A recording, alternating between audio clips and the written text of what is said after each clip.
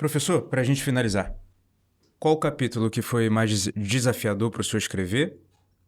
Desenvolveu no programa e depois de escrever para o livro, né? E o que o senhor falaria, um recado para os católicos que estão tentando entender essa guerra em questão e como se posicionar nessa guerra em questão? O que é o principal para um católico entender o seu papel como contra-revolucionário? Como eu disse anteriormente, o episódio do Halloween foi bastante trabalhoso no sentido de destrinchar entre diferentes visões da origem da coisa para chegar numa síntese que refletisse melhor a tradição da igreja. Porque havia muita opinião. Muita opinião, eu tive que recorrer a muitas fontes. E esse deu bastante trabalho. Agora, um que foi bastante desafiador foi o episódio sobre o rock em Rio, né? Por ocasião do Rock em Rio, fizemos um episódio sobre o rock, acho que é o episódio mais longo que nós temos. Acho que ele dura 38 minutos. E, curiosamente, nesse episódio, coisas intrigantes aconteceram. Primeiro, assim, um esgotamento tremendo. Eu fiquei dias depois de finalizar esse episódio, eu me sentia assim esgotado, como se eu tivesse sustentado uma luta intensa naquela elaboração. Para muito além do esforço físico diretamente envolvido naquilo, né? Inclusive, eu senti uma estranha perturbação do meu ambiente doméstico, né?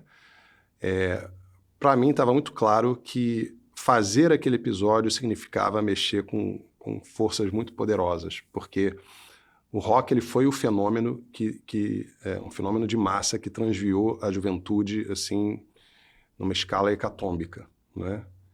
Então é uma grande vitória do mundo infernal. É claro que hoje isso se espraiou para diversos gêneros, né? A marca do rock se nós pegarmos a estrutura da música, né? A música ela se divide em ritmo, harmonia e melodia. Qual é a verdadeira ordenação, a ordenação desejada na estrutura da música? É o ritmo submetido à harmonia e estas, por sua vez, submetida à melodia. O rock ele meio que inverte isso. Ele inverte, né?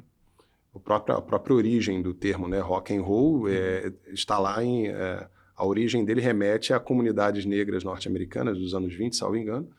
Era uma gíria para intercurso sexual, rock and roll, né? Bater e rolar, algo assim.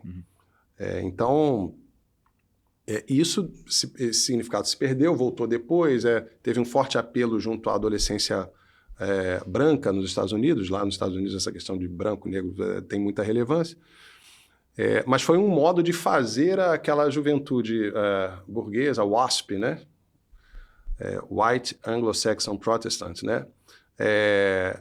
Se cativar sob o apelo daquilo que nascia do rhythm and blues, né? E então a prevalência do ritmo sobre os outros dois aspectos, né? Isso vai acontecer também no funk, vai acontecer no samba, vai acontecer em diversos outros gêneros, né? E com isso eu não estou dizendo que não haja espaço, não haja poesia, não haja talentos empregados. Claro que há, né? Mas isso é uma questão muito profunda, que para além do teor das letras que se empreguem, porque isso é uma crença também muito difundida. O problema do rock são as letras. Se você tem um rock, sei lá, católico, está tudo bem, né? Como nós vemos aí muitas iniciativas modernistazinhas e tal, com rock, com bateria, guitarra dentro da missa e tudo. Mas não é só isso, não é só uma questão de letra, né? Porque essa estrutura rítmica e harmônica, ela mexe com o nosso corpo. Ela provoca determinadas reações que dispõem um corpo a uma certa insubordinação ao espírito. Isso nem sempre é muito claro. No Rock in Rio, você tem bandas abertamente satânicas. Exato, sim. Nas letras, nas composições. Nas letras, no cenário, tudo. Na performance cênica. E até muita gente diz, não, vocês estão viajando. Quer dizer, não, porque o fulano da banda Slayer é católico, o cara vai à missa. E daí que ele vai à missa? desde quando ia à missa, é o único critério para você dizer que o cara é católico. Ele fez lá uma salada na cabeça dele, ele acha que está tudo bem. Mas assim, não tem como um sujeito viver de trabalhar com aquilo ali, com aquele estilo musical, com aquela banda, com aquele cenário, com aquilo tudo. Com aquele ritmo, com aquele... Nós falávamos há pouco da imaginação. A exato. imaginação desse cara está completamente sequestrada para aquilo ali. Perfeito. Como é que ele vai conseguir parar quieto para rezar? Não tem como você botar aquilo tudo na gaveta e pensar na pureza de Nossa Senhora, na paz de São José. Não tem como. É quase impossível. Não tem como. Você foi sequestrado por aqueles ritmos, por aquela... Enfim, por tudo aquilo que tá impregnado no seu cérebro agora como imagens, como som, Exato. como... Né? Isso para e que falar influencia só, o teu espírito, né? E isso para falar do que se circunscreve a ele. Fora o instrumento que ele acaba representando para uma coisa muito maior. Porque se você olha um show de rock de uma banda dessa e olha para a plateia, o que você vê é um mega de um transe. Sim, é um transe. Não é histeria mesmo. É histeria coletiva. Então, os headbangers, os caras sacudindo a cabeça, né?